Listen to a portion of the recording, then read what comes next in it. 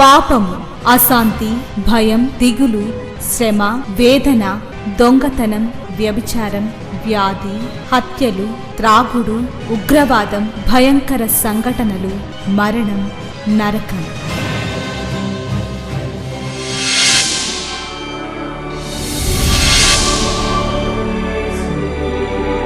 సిలువలోనే పాప క్షమాపణ, పరిశుద్ధ జీవితం, ప్రేమ, వాక్య ధ్యానము, నెమ్మది, సహవాసం, నిత్య జీవం.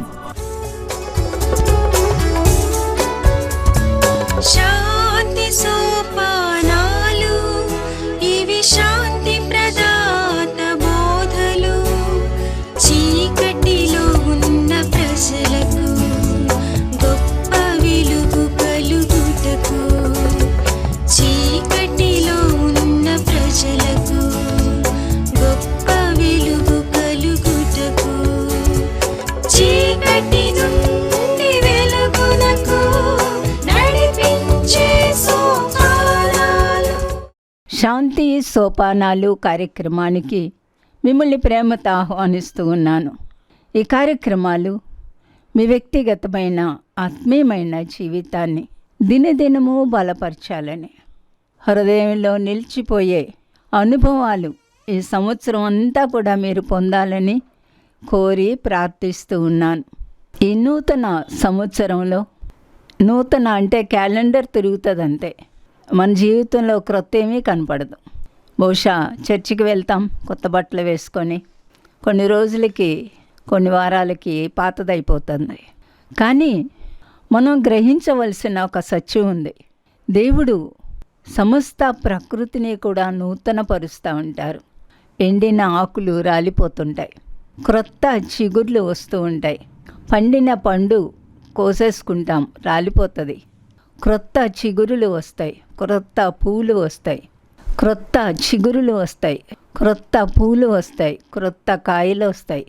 దేవుడు సృష్టిలో కొన్నింటిని నూతనపరుస్తూ ఉంటారు. ఆ నూతనత్వంలోనే ఆనందం. ప్రతిరోజు నూతనంగా సూర్యుడు ఉదయిస్తూ ఉంటాడు, కానీ అది క్రొత్త అనే అనుకోం. ఒక చెట్టు చక్కగా చిగురించగానే క్రొత్త చిగురు ఎంత బాగుందో అనుకుంటాం. జీవితంలో, మానవ జీవితంలో నూతనత్వం కలిగించాలి అనేది దేవుని యొక్క కోరిక అని నాకు బైబిల్ అర్థమవుతూ ఉంది.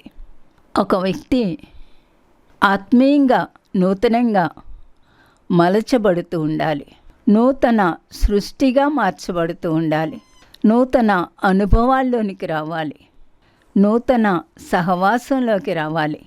బైబిల్లో కొన్ని సంఘటనలు అనేకసార్లు నన్ను పలకరిస్తూ ఉంటాయి. అవి చాలా ఆశ్చర్యం అనిపిస్తూ ఉంటాయి.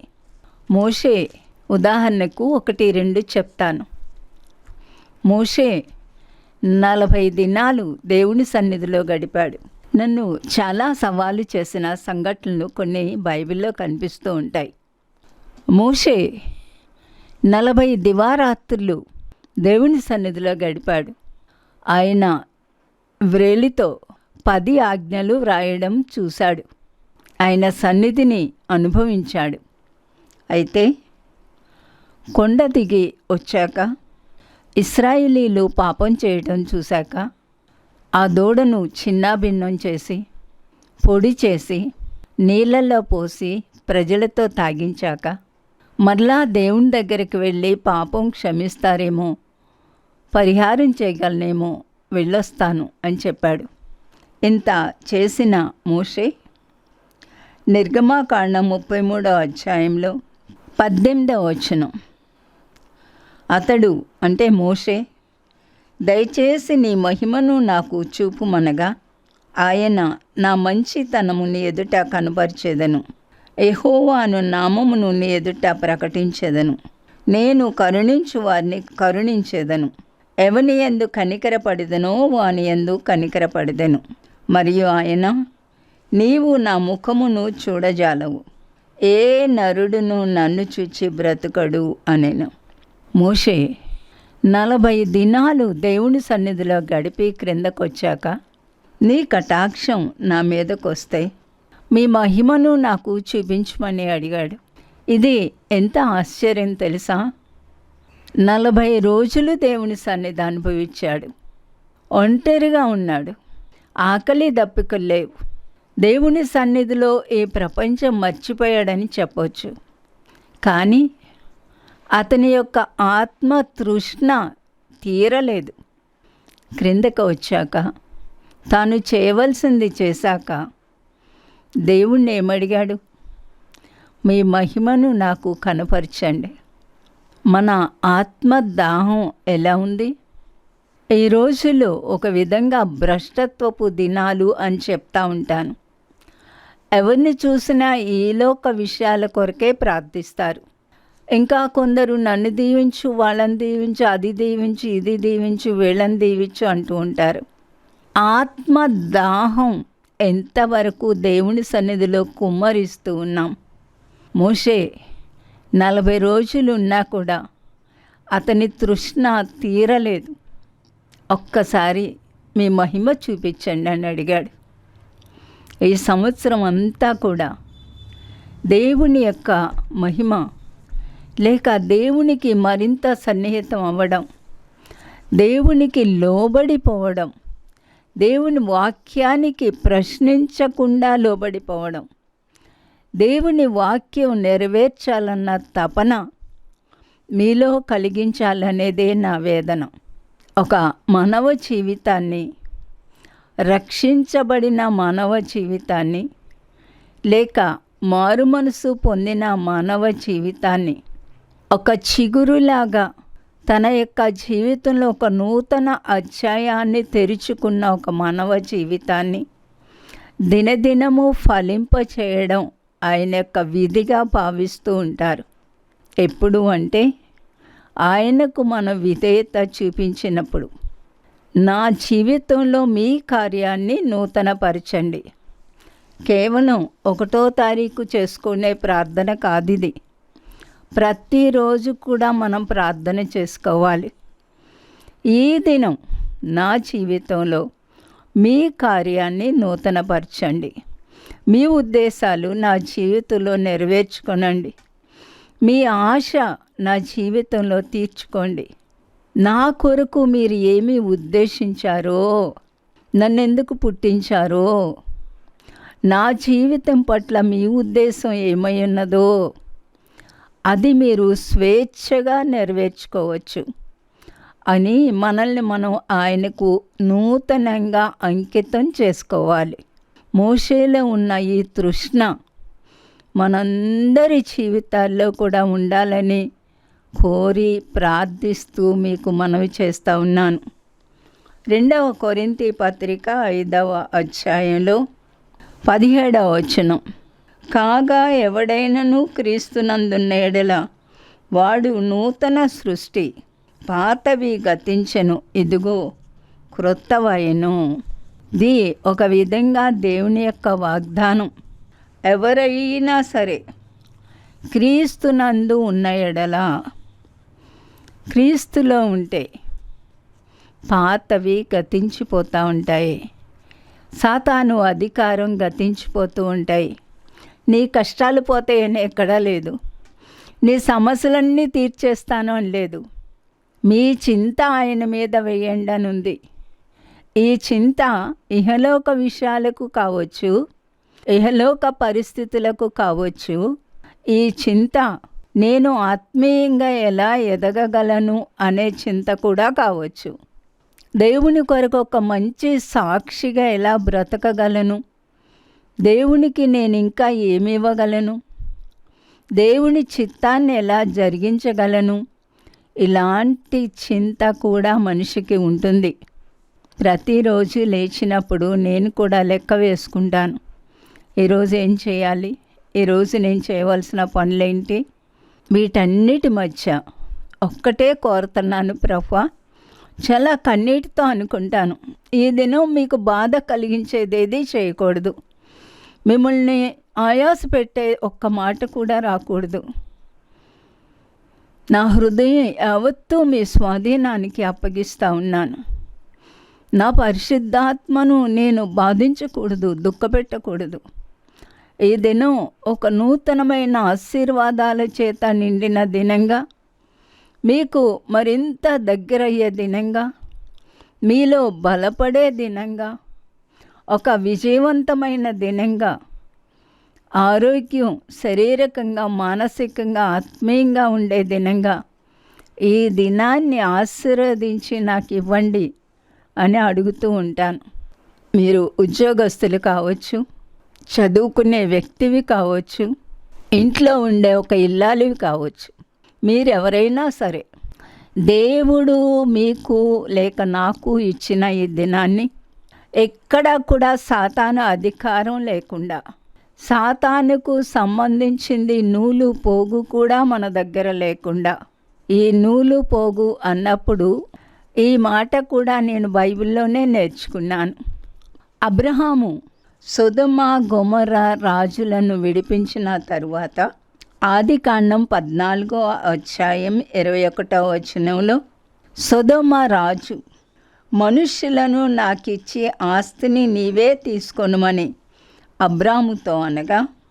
అబ్రాముతో చెప్పగా, అబ్రాము, నేనే అబ్రామును ధనవంతునిగా చేసి తినని నీవు చెప్పకుండానట్లు ఒక నూలు పోగైనను, చెప్పుల వారైనను, షూలేస్ అన్నమాట, నీ వాటిలో ఏదైనాను తీసుకొననని ఆకాశమునకు భూమికిని సృష్టికర్తయును సర్వోన్నతుడును దేవుడినైన యెహోవా ఎదుట నా చెయ్యి ఎత్తి ప్రమాణము చేసి ఉన్నాను. అబ్రాము ఆ యుద్ధానికి వెళ్ళేటప్పుడే తాను జయిస్తానని తెలుసు అబ్రాముకి. అందుకే చెయ్యి ఎత్తి ప్రమాణం చేసుకున్నాడంట. ఏమని? ఈ సొదొమ గొమొర్రకు సంబంధించిన వాటిలో ఏది కూడా నేను తీసుకోను, ఒక నూలు పోగు కూడా తీసుకోను, ఒక చెప్పుల వారు, ఒక షూ లేస్ కూడా నేను తీసుకోను అని సర్వోన్నతుడైన దేవుడు, ఆకాశానికి భూమికి సృష్టికర్త అయిన దేవుడైన యెహోవా ఎదుట చెయ్యి ఎత్తి ప్రమాణం చేసుకున్నాడంట. లోకానికి సంబంధించింది, సొదొమ గొమొర్రకు సంబంధించింది నూలు పోగు కూడా తన దగ్గర ఉండడానికి ఇష్టపడలేదు. ఆ మాటకొస్తే సాతానుకు సంబంధించింది లేక ఈ లోకానికి సంబంధించింది ఎన్నుంటాయి మన దగ్గర చెప్పండి? మీ జీవితాల్లో ఒక్కసారి పరీక్ష చేసుకోండి. నూలు పోగులు కాదు, చాంతాడులంతా కూడా ఉండొచ్చు.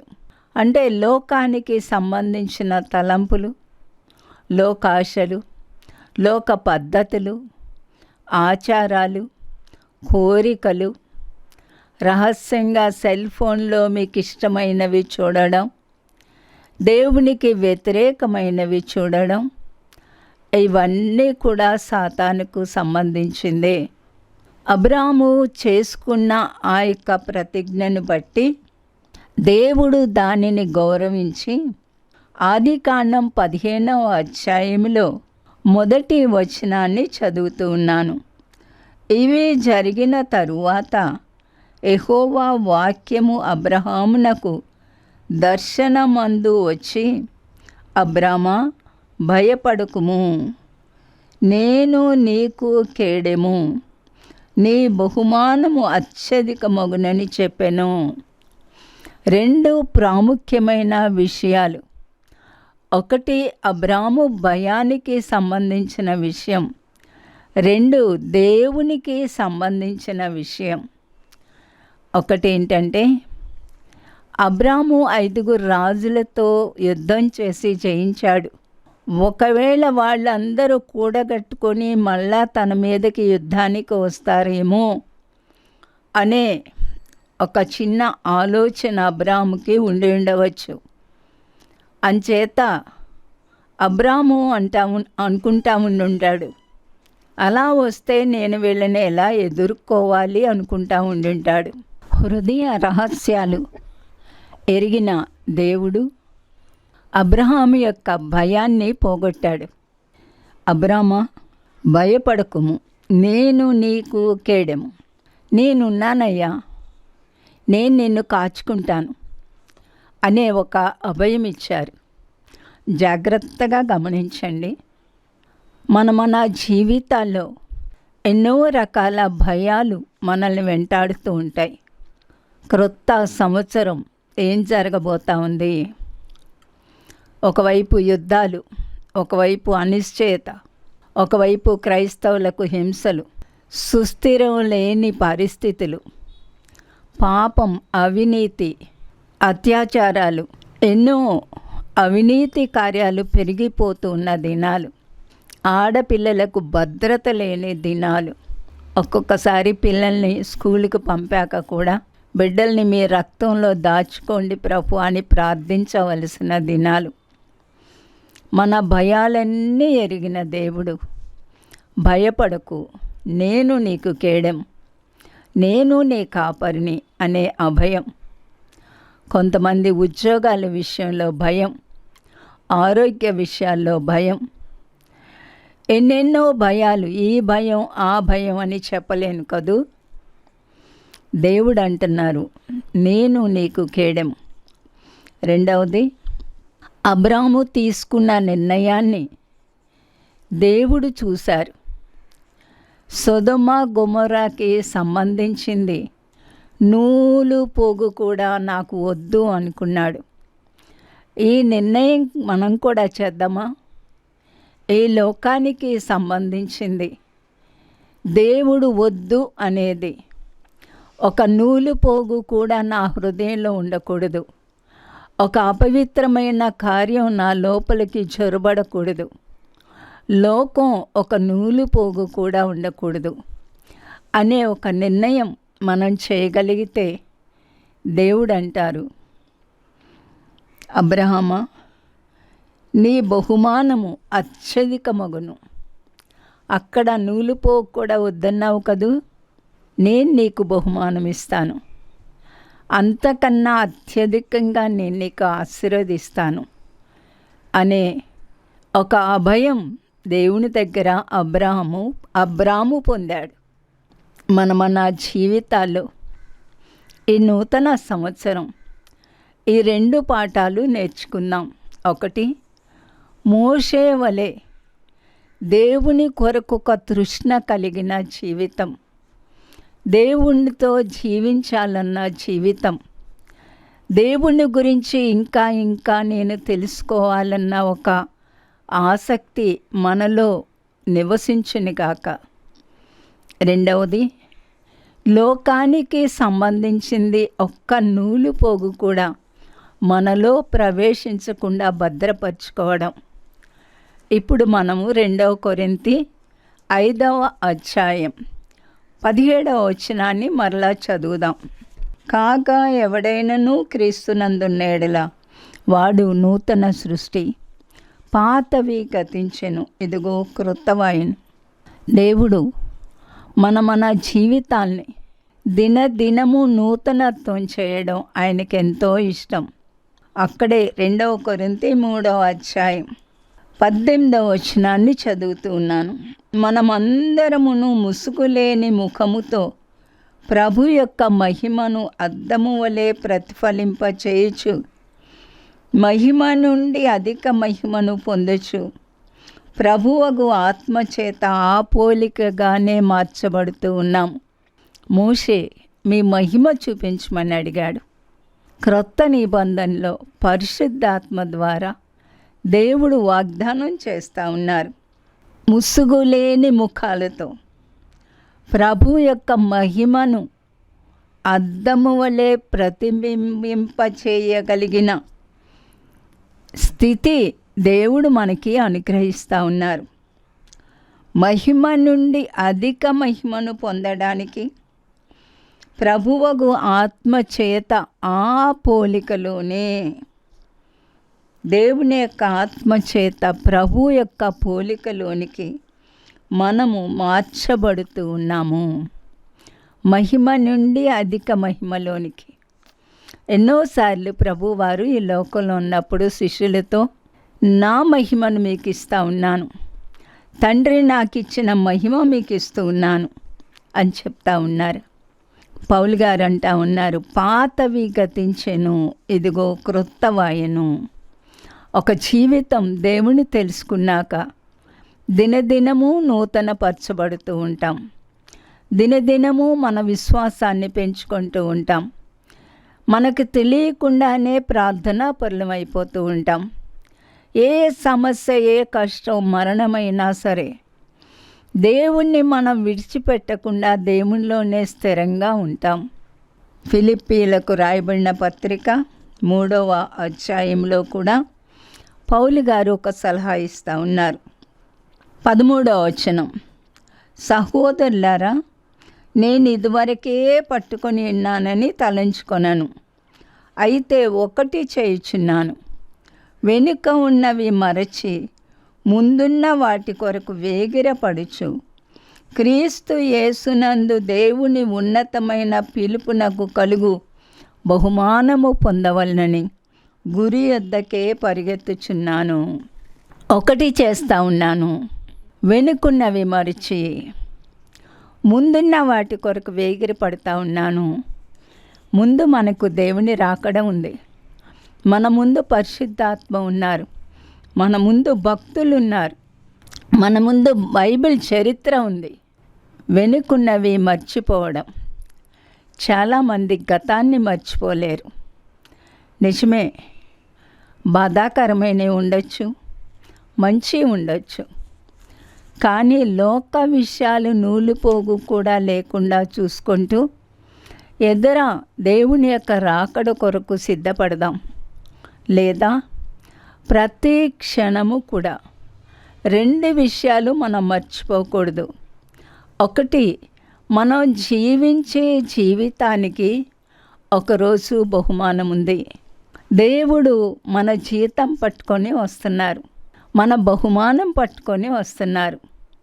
2వ ప్రాముఖ్యమైన విషయం, ఒక తీర్పు ఉంది.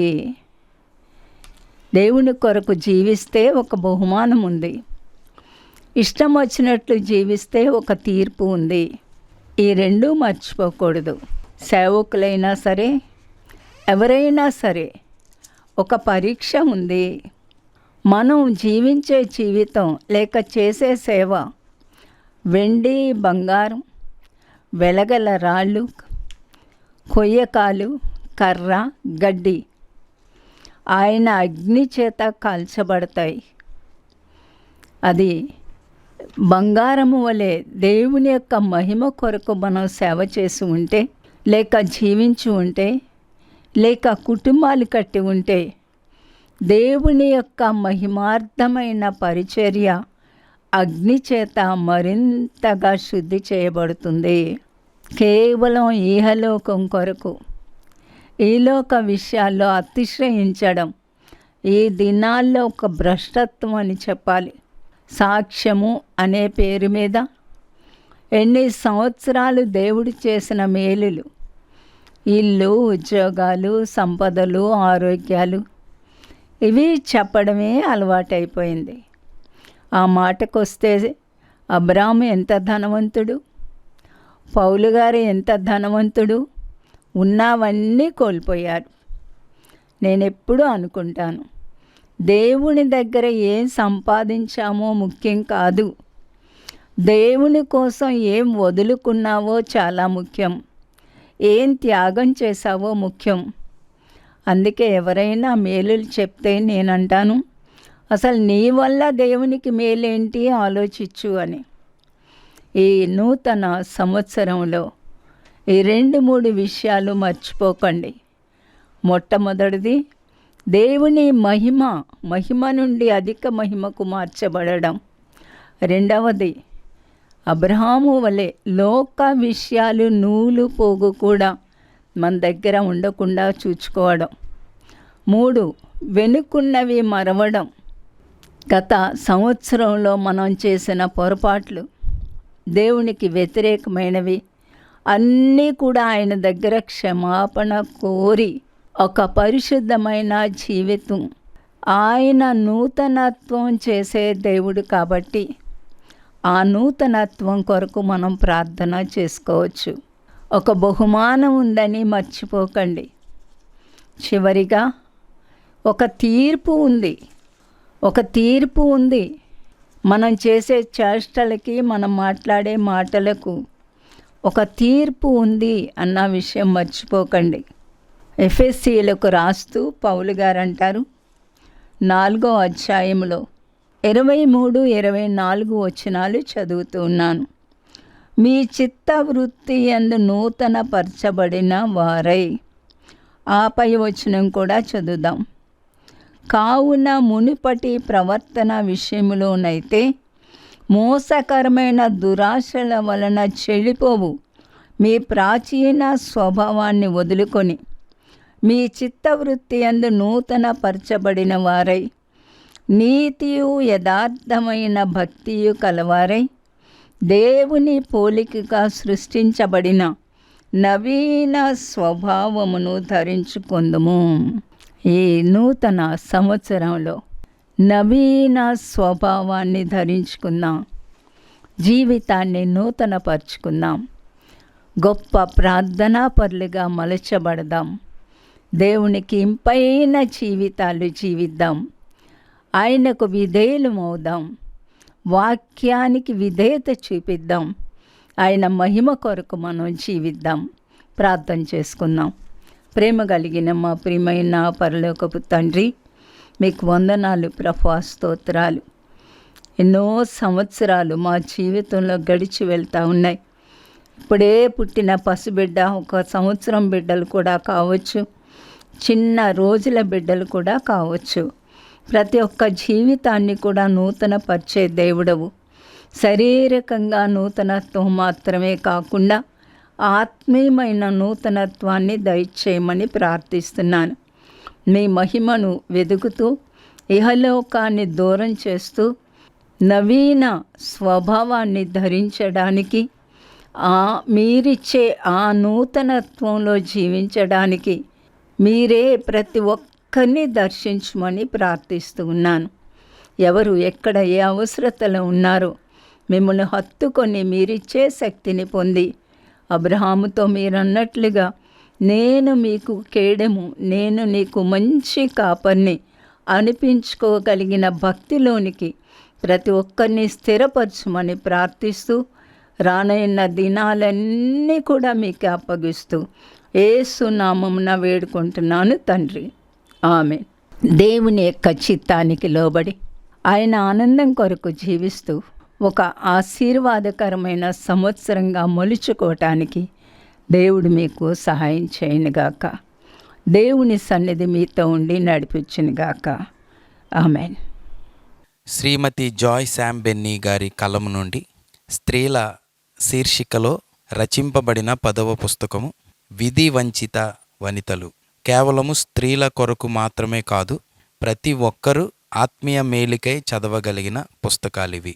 మహాదేవుడు మన ప్రభువు రక్షకుడునైన యేసుక్రీస్తు కృపా, దేవుని ప్రేమ, పరిశుద్ధాత్మనిత్య సన్నిధి సహవాసం కూడి వచ్చిన మనందరికీ సదా తోడైండి నిత్యత్వాన్ని గూర్చిన నిరీక్షణతో కూడిన జీవితాలలోనికి నడిపించును గాక. ఆమేన్. మా address Shrimati Joy Sam Benny, Emmanuel church 1-146 S Achutapuram, Kakinada 4. మా ఫోన్ నెంబర్స్ 944-010-9893 మరియు 0884-237-6793. మరలా ఇదే సమయానికి ఇదే ఛానల్లో మనం కలుసుకుందాం. Thank you.